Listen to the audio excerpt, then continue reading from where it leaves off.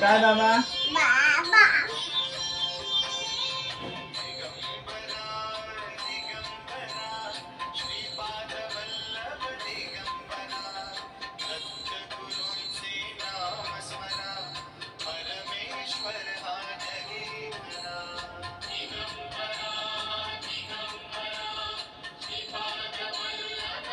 आमच्या लेकीचा मेकअप चालू आहे. आमची लेक कशी मेकअप करून देते बघा. बघा कशी करते मेकअप. हा इकडं बघा दादा. हो तिकडं तिकडं. अय पानो किलो